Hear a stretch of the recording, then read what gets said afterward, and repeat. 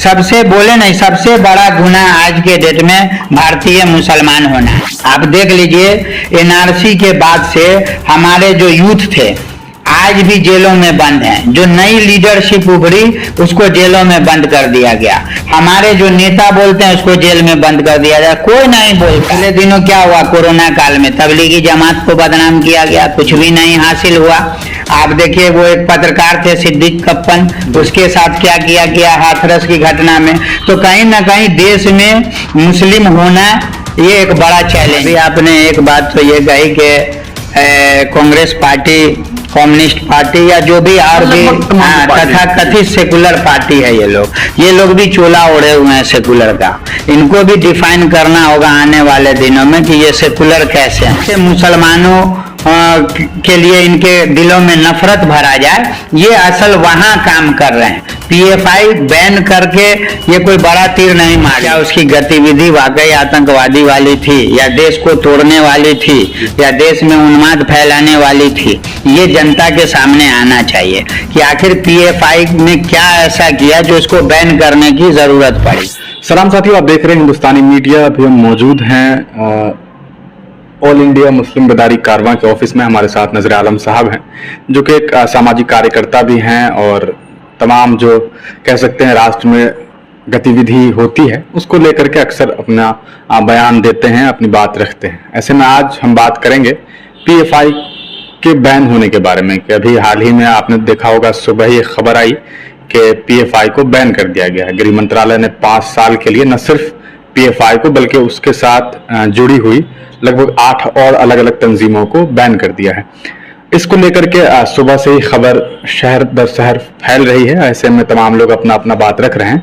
हम नजर आलम साहब से जानना चाहेंगे क्योंकि पूर्व में भी ये पीएफआई के लिए लिखते रहे हैं और कहीं ना कहीं ऐसा देखा गया है कि उनके खिलाफ जिस तरह से प्रशासन लगी हुई थी उसके बारे में लिख रहे थे। तो हम इनसे बात करते हैं। सबसे पहले तो बहुत बहुत आपका इस्तकबाल है हिंदुस्तानी मीडिया। आपका भी शुक्रिया। जिस तरह से आज खबर आई, सुबह अचानक लोग सो करके उठे थे और पता चला कि गृह मंत्रालय ने न सिर्फ पीएफआई बल्कि उससे जुड़ी हुई अलग अलग तंजीमों को बैन कर दिया। आतंकवादी गतिविधि और तमाम, मुझे लगता है 3 पेज का गजट दिया गया है। क्या कहेंगे इसको लेकर के आप? देखिए, हम तो इस सरकार का फेल्योर बताते हैं और स्टेट की जो इनकी एजेंसियां हैं उसका भी फेल्योर है। आज सुबह खबर आई कि कई स्टेट ने जो है एनआईए के बैन करने की बात भी पहले से की है, तो पीएफआई को। लेकिन सवाल ये उठता है, ठीक है आपने बैन कर दिया, क्या उसकी गतिविधि वाकई आतंकवादी वाली थी या देश को तोड़ने वाली थी या देश में उन्माद फैलाने वाली थी? ये जनता के सामने आना चाहिए कि आखिर पीएफआई ने क्या ऐसा किया जो इसको बैन करने की जरूरत पड़ी। हालांकि देश में इससे खतरनाक तंजीमें हैं, आरएसएस, विश्व हिंदू परिषद, बजरंग दल, इसके गुंडे खुलेआम देश में चुनौती देते हैं, देश में धार्मिक उन्माद फैलाते हैं। उस पर कभी अमित शाह ने काम नहीं किया, उस पर एनआईए की रेड नहीं होती है। लेकिन ये पीएफआई एक बहाना है। असल में मुसलमानों की छवि धूमिल करके इनकी प्लानिंग है कि 2024 का चुनाव हम कैसे जीतें, कैसे हिंदू बहुसंख्यक आबादी को एकजुट करें, कैसे मुसलमानों के लिए इनके दिलों में नफरत भरा जाए, ये असल वहां काम कर रहे हैं। पीएफआई बैन करके ये कोई बड़ा तीर नहीं मार लिए हैं। कानूनी प्रक्रिया होगी, न्यायालय खुला हुआ है, लेकिन पीएफआई सिर्फ इनका 2024 का एजेंडा है। नहीं तो पीएफआई में कोई ऐसा काम, जहां तक देश की जनता जान रही है या हम लोग जान रहे हैं, कि अब तक कोई ऐसी गतिविधि पीएफआई की नहीं दिखी जो देश को तोड़ने, देश में धार्मिक उन्माद फैलाने की हो। कहीं ना कहीं खबर ये आ रही है, कुछ लोगों का ये कहना है, शायद असम के, ये कहीं चीफ मिनिस्टर ने भी आज एक बयान दिया है कि न सिर्फ भाजपा बल्कि कांग्रेस, सीपीआई, ये तमाम जो पार्टीज हैं, इन लोगों की भी ये चाह थी कि इसे बैन किया जाए। हाल ही में आपको याद होगा, अभी राहुल गांधी जी जब अपना भारत जोड़ो यात्रा में थे, उनसे पत्रकार ने यह सवाल पूछा था कि क्या पीएफआई पे बैन लगाना चाहिए। उन्होंने पीएफआई के समर्थन में कोई बात नहीं की। उन्होंने कहीं ना कहीं ये बात बताई कि जो लोग भी सांप्रदायिक तरह से जुड़े हुए हैं या इस तरह का काम कर रहे हैं, उन पे बैन लगानी चाहिए। तो कहा जा सकता है कि कहीं ना कहीं इशारतन उन्होंने भी ये बात कही कि ठीक है, ऐसे संस्था को बंद कर देना चाहिए। अब आप बात कर रहे हैं कि आरएसएस को क्यों नहीं बैन किया जा रहा है, क्या आपको लगता है कि आरएसएस और पीएफआई का तुलना करना भी सही है? नहीं, बिल्कुल नहीं। देखिए, अभी आपने एक बात तो ये कही कि कांग्रेस पार्टी, कम्युनिस्ट पार्टी या जो भी और भी तथा कथित सेकुलर पार्टी है, ये लोग भी चोला ओढ़े हुए हैं सेकुलर का। इनको भी डिफाइन करना होगा आने वाले दिनों में कि ये सेकुलर कैसे हैं। सबसे बड़ी बात है कि राहुल गांधी जी ने भी समर्थन किया हो या कम्युनिस्ट पार्टी ने, सबसे पहले पीएफआई के बैन करने की बात अगर किसी ने की है तो ये कम्युनिस्ट पार्टी के लीडर ने की। हाँ, बिल्कुल बिल्कुल। और उसके वही नेता आज जो है मंत्री बने हुए हैं। तो ये तो गंभीर सवाल है, खास करके देश के मुसलमानों के लिए, कि ये जिसको 70 साल से वोट देते आ रहे हैं वो भी इनके खिलाफ है। आप सोचिए कि जो कम्युनिस्ट पार्टी जिसको मुसलमान हमेशा वोट देता रहा है, कांग्रेस पार्टी को देता रहा है मुसलमान वोट, अब ये लोग भी न तो देश की दूसरी धार्मिक उन्माद फैलाने वाले संगठनों पे बोलते हैं, इनको सिर्फ मुस्लिम संगठन दिखता है। पिछले दिनों क्या हुआ, कोरोना काल में तबलीगी जमात को बदनाम किया गया, कुछ भी नहीं हासिल हुआ। आप देखिए, वो एक पत्रकार थे सिद्दीक कप्पन, उसके साथ क्या किया गया हाथरस की घटना में। तो कहीं ना कहीं देश में मुस्लिम होना ये एक बड़ा चैलेंज है, मुसलमान होना ही सबसे बड़ा चैलेंज है मुसलमानों के लिए। आज की राजनीति में भाजपा का सीधा एजेंडा है कि हिंदू मुस्लिम की राजनीति करें और वो अपना वोट बैंक और सत्ता हथियाने का काम करती है बीजेपी। आसाम के जो चीफ मिनिस्टर हैं, असल में वो क्या बोलते हैं, क्या करते हैं, उस पर भी गौर करने की बात है कि वो लगातार पहले मदरसा को टारगेट किया, अब पीएफआई पे बोल रहा है। तो सबसे बड़ी बात है कि हमारे जो सेकुलर पार्टी है जिसको हम वोट देते रहे, जो विपक्ष के लोग हैं, वो आखिर कहाँ हैं? वो क्यों नहीं इन इशू पे बोलते हैं? इस पे बोलना चाहिए। सबसे बड़ी बात यह है कि ये जो तथाकथित सेकुलर पार्टियां हैं, ये असल देश के लिए खतरनाक है। ये अपना एजेंडा क्लियर नहीं कर रहे हैं और इसी में मुसलमान पिसा रहे हैं। आप देख लीजिए, एनआरसी के बाद से हमारे जो यूथ थे आज भी जेलों में बंद हैं। जो नई लीडरशिप उभरी उसको जेलों में बंद कर दिया गया।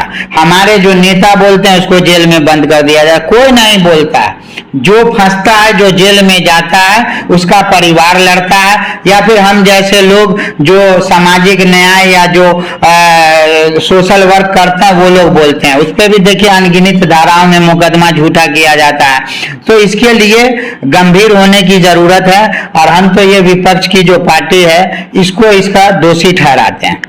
जिस तरह से पीएफआई को बैन किया गया, आप अभी बता रहे थे कि कोई पुख्ता सबूत नहीं है, लेकिन जो गृह मंत्रालय ने आज गजट दिया था और उसमें जो बातें लिखी थी उसमें कहीं ना कहीं ये बात कही गई कि जो सिमी संगठन था पहले, उससे क्योंकि जो लोग उसमें थे वही लोग आज इसमें भी शामिल हैं। पीएफआई के मेंबर वो लोग भी हैं जो सिमी के थे। देखिए, सिमी को जोड़ रहे हैं, ये सिमी के ही लोगों को कोर्ट ने बाइज्जत बरी किया है पिछले दिनों।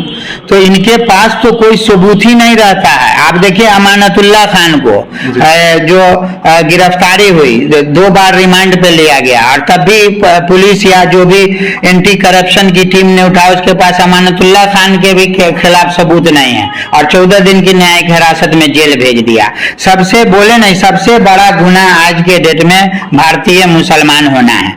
कोई भी आप देख लीजिए, 10 साल 20 साल पिछली राजनीति देख लीजिए कि इतने लड़के हमारे जेलों में बंद हैं, 20-20 साल 25-25 साल तक जेल में रहते हैं, हर तरह की प्रताड़ना झेलते हैं और बाद में क्या होता है कि कोर्ट कहती है कि इनके खिलाफ कोई सबूत नहीं है, इसको बाइज्जत बरी किया जाता है। सेम पीएफआई हो या सिमी हो या जो भी इस तरह की तंजीमें, हम ये नहीं कहते कि वो गलत करता है तो इस पर कार्रवाई नहीं होनी चाहिए। जो भी संगठन देश के खिलाफ काम करेगा, देश के संविधान के खिलाफ काम करेगा, उस पर एक्शन होना चाहिए। लेकिन ये दोहरा चरित्र क्यों?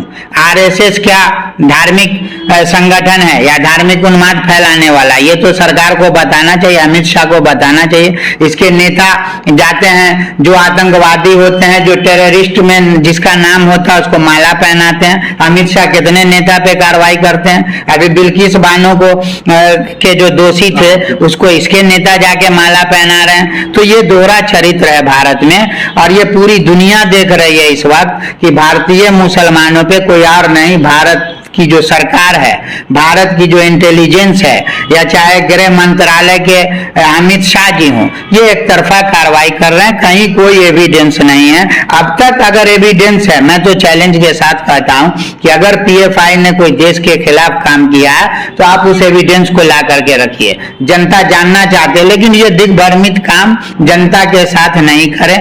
आप बताएं ना, वो सिमी से जोड़ दिया, पिछले दिनों आजमगढ़ को आतंकगढ़ का नाम दिया गया, उसके बाद मिथिलांचल को दिया गया, जितने लड़के पकड़े गए आज तक किसी के खिलाफ कोई सबूत नहीं मिला।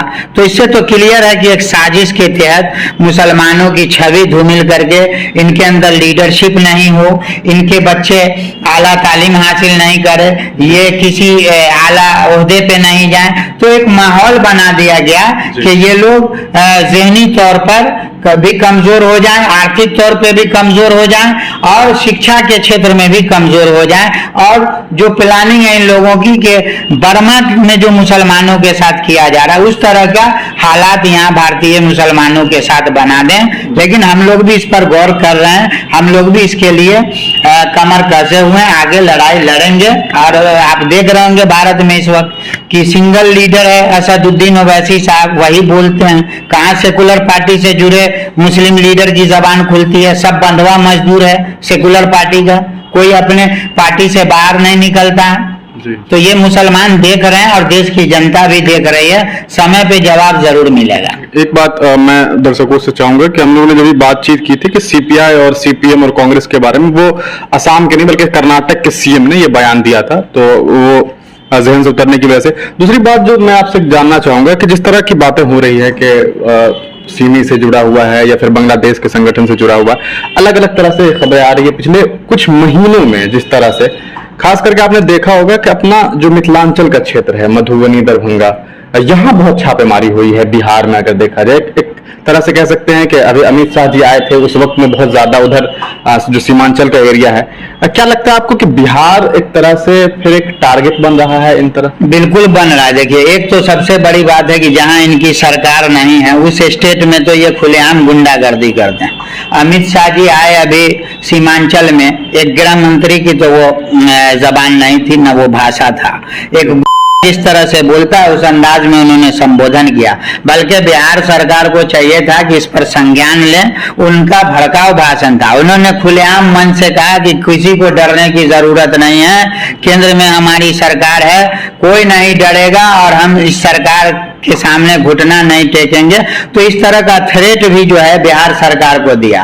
और रही बात मिथिलांचल को टारगेट करने की, तो ये आज से नहीं हो रहा है। 10 साल 20 साल पुराने इतिहास को देखिएगा आप, तो यहाँ जो बच्चे अच्छी तालीम हासिल कर रहे थे और जो भी इस तरह के, तो उसको भी टारगेट किया गया यूपी के बाद। तो एक साजिश है। हमने आपसे कहा कि न मुस्लिम लीडरशिप डेवलप हो, न इनके बच्चे अच्छी शिक्षा हासिल करें, न अच्छा जॉब करें। एक प्लानिंग है। और सबसे बड़ी कमी हम लोगों की ये रही कि हमारी लीडरशिप नहीं, हम पार्लियामेंट में भी नहीं है, विधानसभा में भी नहीं है, और सारी पार्टियों की एक ही प्लानिंग है कि कैसे इनको पार्लियामेंट और असेंबली जाने से रोका जाए। जब इनकी वहां हिस्सेदारी नहीं होगी तो इसको आसानी से काटा जा सकता है, और आज उसी बहाने पे हमें पहुंचा दिया गया है।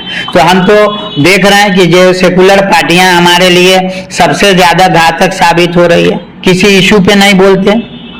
तेजस्वी यादव क्यों नहीं बोलते? एनआईए की रेड होती है, नहीं बोलते। नीतीश जी नहीं बोलते। ममता बनर्जी तारीफ करती है आरएसएस, मोदी जी के साथ भी तो ये सब सोचने वाली बात है। अखिलेश यादव को देख लीजिए, भीड़ रहती है उनके साथ, लेकिन मुसलमानों पे यूपी में सबसे ज्यादा जुल्म हो रहा है। लेकिन उस मूड में नहीं आते हैं जिस तरह से ये हमसे फायदा लेते हैं। आज आरजेडी के पास क्या जनाधार है बिहार? आखिरी सवाल आपसे जानना चाहेंगे, जिस तरह से पीएफआई को लेकर के बातें हुई हैं, बैन लगाया गया, पूर्व में आपने देखा होगा कि कई सारी मुस्लिम संगठन ऐसी है जिसने ये मांग किया था कि इस पर बैन लगाया जाए, और अभी जब बैन लगा दिया गया तो बहुत सारी काउंसिल ऐसी है मुसलमानों की, कुछ सज्जाद नशी करके काउंसिल है, उन लोगों ने बाकायदा गवर्नमेंट का शुक्रिया अदा किया है कि अच्छा हुआ। हाल ही में मोहन भागवत साहब जाकर के एक साहब से मिले, आपको याद होगा, उन्होंने राष्ट्रपिता बताया। ऐसे कई आरएसएस के विंग हैं।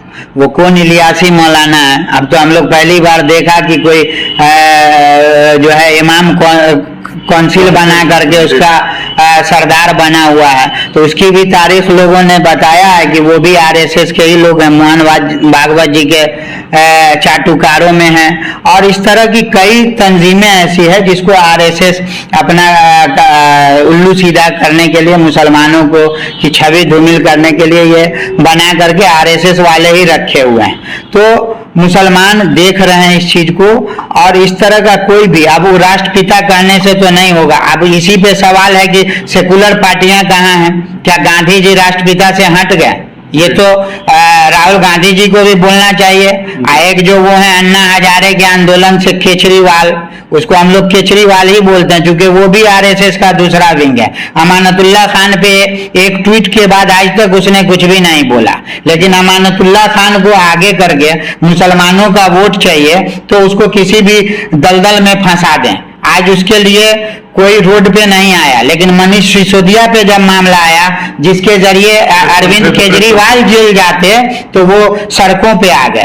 तो जनता देख रही है और हर स्तर पे। अभी देखिए इसमें जामिया में क्या किया है कि कंटिन्यू रैपिड एक्शन फोर्स भर दिया है और उस पर 2 महीने का बैन लगा दिया है कि कोई आंदोलन नहीं होगा। तब इससे बड़ा दुर्भाग्य इस देश में क्या होगा कि हमारी आजादी छीन ली गई, हमारे आंदोलन करने पे रोक लगा दिया गया, हम अपनी आवाज नहीं उठा सकते। तो अब इससे बड़ा दुर्भाग्य इस देश के लिए नहीं है। ये तो आपातकाल है देश में। अगर जो बोलेगा वो जेल में जाएगा, कुछ भी लगा देगा। इसकी पुलिस, इसका तंत्र, जब गृह मंत्रालय का सरदार ही पूरा का पूरा करप्ट हो और एक के अंदाज में भाषण करता हो तो ये देश के लिए दुर्भाग्य है। और हम तो देश की जनता से अपील करेंगे आपके चैनल के माध्यम से कि ये देश हिंदू मुस्लिम के बीच नफरत से नहीं चलेगा, इसको जोड़ना होगा और ये समझना होगा कि ये जो सरकार है हमारे साथ क्या कर रही है। अब आटा पे टैक्स लग रहा है, रोटी खाएं तो टैक्स, पेट्रोल 200 रुपए। तो ये सोचने वाली बात कि हमको कहां ले जाया जा रहा है। आपको असल मुद्दे से हटा करके और आपको ये धर्म की राजनीति में उलझा के देश को बर्बादी की तरफ ले जा रहा है। तो हम तो देश की जनता से अपील करेंगे कि वो इस मामले को गंभीरता से लें और ऐसी कोई पार्टी, ऐसी कोई सरकार जो देश को कमजोर करे उसके खिलाफ एकजुट होकर के आवाज उठाएं।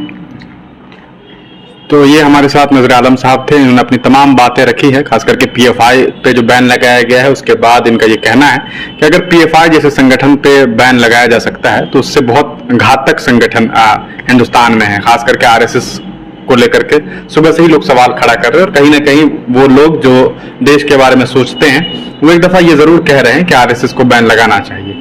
इन्होंने मदरसा बोर्ड के बारे में भी बातचीत की, जिस तरह से मदरसा बोर्ड का हालात है, जिस तरह बिहार में मदरसे के हालात हैं, कहीं ना कहीं वो काफी भयावह है और चिंताजनक है। और सेकुलर पार्टी पर सवाल खड़ा करना तो आज के दौर में बहुत कह सकते हैं कि बहुत जरूरी भी है, क्योंकि जिस तरह से लोगों ने चोला पहन करके और अलग अलग मजहब के लोग, अलग अलग धर्म के लोग, अलग अलग जाति के लोगों को अपने लिए काम, अपने मफाद के लिए यूज किया है, इसलिए ऐसे लोगों पर सवाल खड़ा करना तो लाजिम है। अब देखना यह है कि प्रशासन और जो बिहार सरकार है वो मदरसा बोर्ड के बारे में क्या सोचती है और पीएफआई के बारे में आप तमाम लोगों का क्या कुछ राय है, आप हमें कमेंट बॉक्स में बता सकते हैं। तब तक के लिए बने रहिए हिंदुस्तानी मीडिया के साथ। आप हमारी YouTube चैनल हिंदुस्तानी मीडिया को सब्सक्राइब करें। अगर आप Facebook पे हैं तो हमारे पेज को लाइक करें, जिसका लिंक डिस्क्रिप्शन में है।